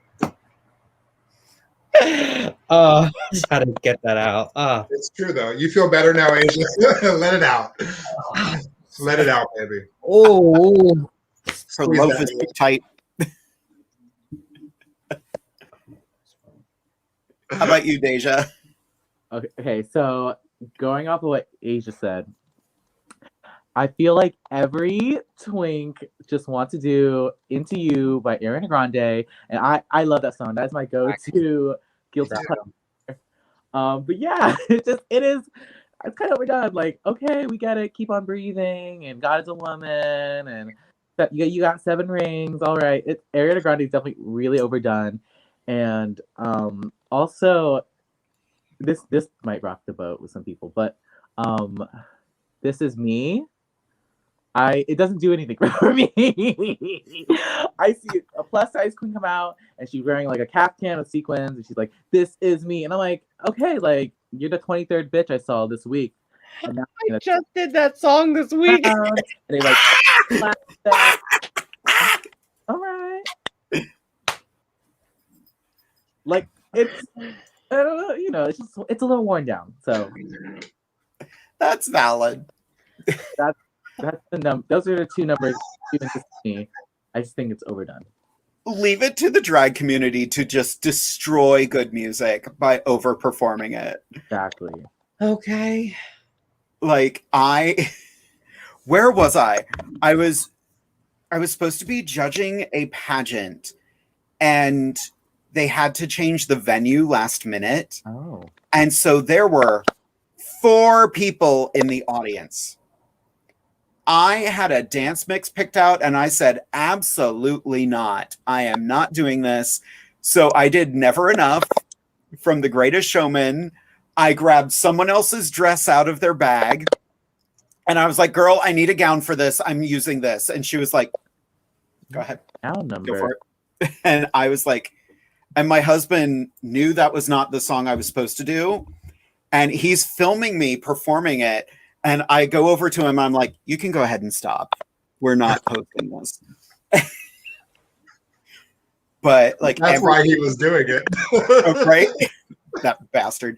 But yeah, like Greatest Showman, amazing soundtrack. Like I rock out to it in my car, but we as drag performers destroyed that soundtrack by performing every song from it nonstop, and it's still good music. But I agree. Like, and I'm telling you, such a beautiful song. I have seen everybody do it. I don't think I've seen that enough, actually. Oh yeah, I'll send you 400 videos of it. Right. And you know, Ariana and Gaga, if you come up with a really good way to do it, absolutely. I love a good mix, house down boots. Sure. I also like when people cast very diverse casts. Like you have one girl who's very new age, top 40, you know, wet human hair, pleather look, house down. The wet human hair. You have, you know, Miss So-and-so, she's got so many crowns, she's going to turn it out and give you 2 ballads back to back. Then you have your dancing diva, and then you have, you know, a comedy girl. And I think that makes a great cast because it's very diverse. That's just my little spiel. But the wet human hair. That is, well, and that's the mark of a. Oh, go ahead, Deja. Sorry. No, because I'm like, I already have like a list of people that fit that description. Pop music, wet hair. And don't get me wrong, I make human hair wigs and I sell them to girls. And, you know, I just say to myself, I can already tell what number you're going to do in this, you know, hot pink wig. You know, you're going to give me some Break Free by Ariana Grande. So, rock out. Or Rain on Me by Gaga. Yep.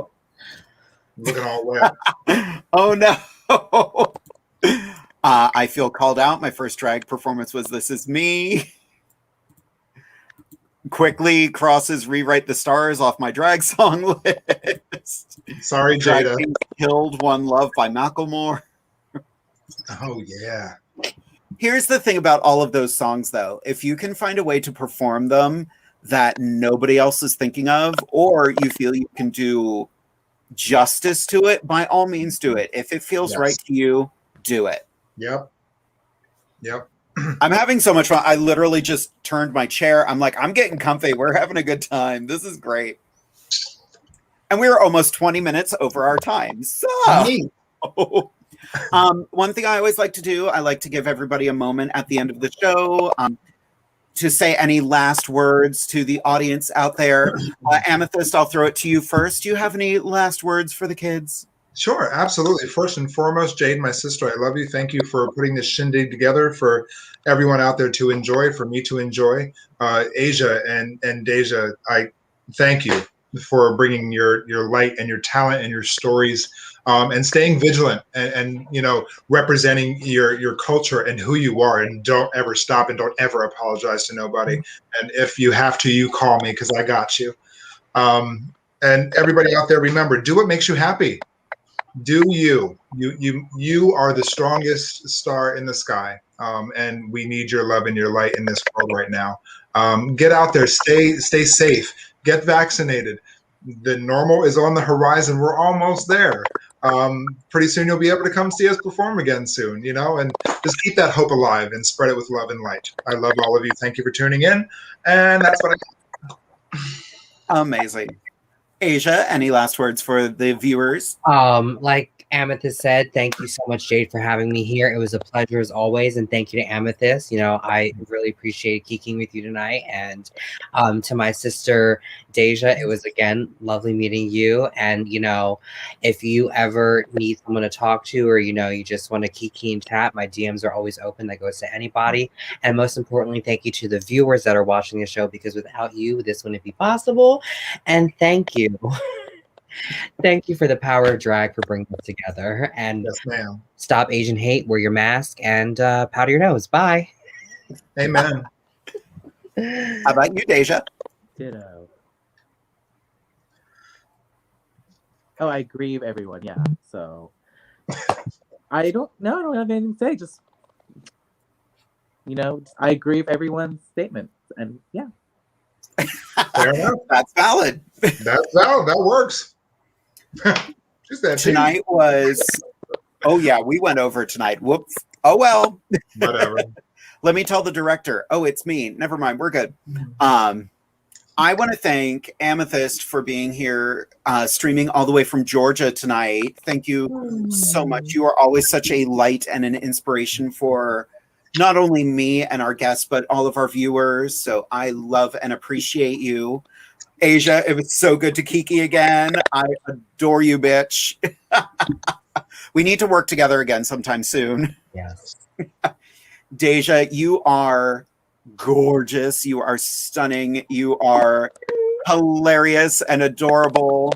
I definitely keep in touch. We would love to have you back again in full drags. Oh, yeah. I think that was just, you know, the world is weird. So you are a light, and my world is better for meeting wonderful people like all of you, because like I threw myself off.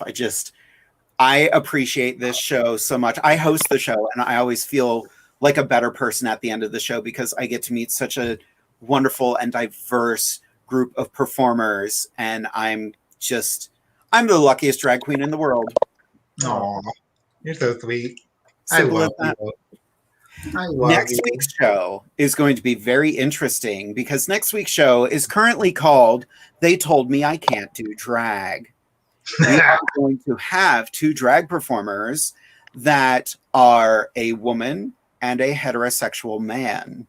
Nice. So we will be having the fabulous Miss Patty Lou Stone from Philly joining us, as well as the incomparable River DeAir. Nice. Of course, my co-host will be Scarlet Overkill. I also didn't realize when I booked them that they both sing live. So that's going to be a very interesting show. Oh, cool.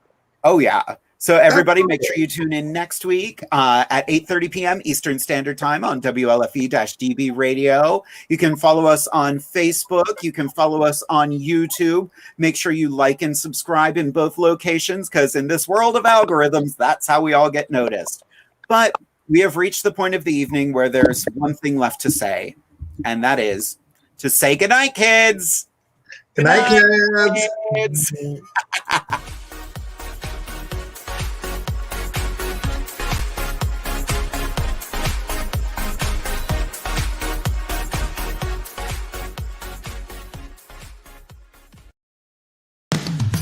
You've been listening to WLFE-DB.com, where our shows are your shows.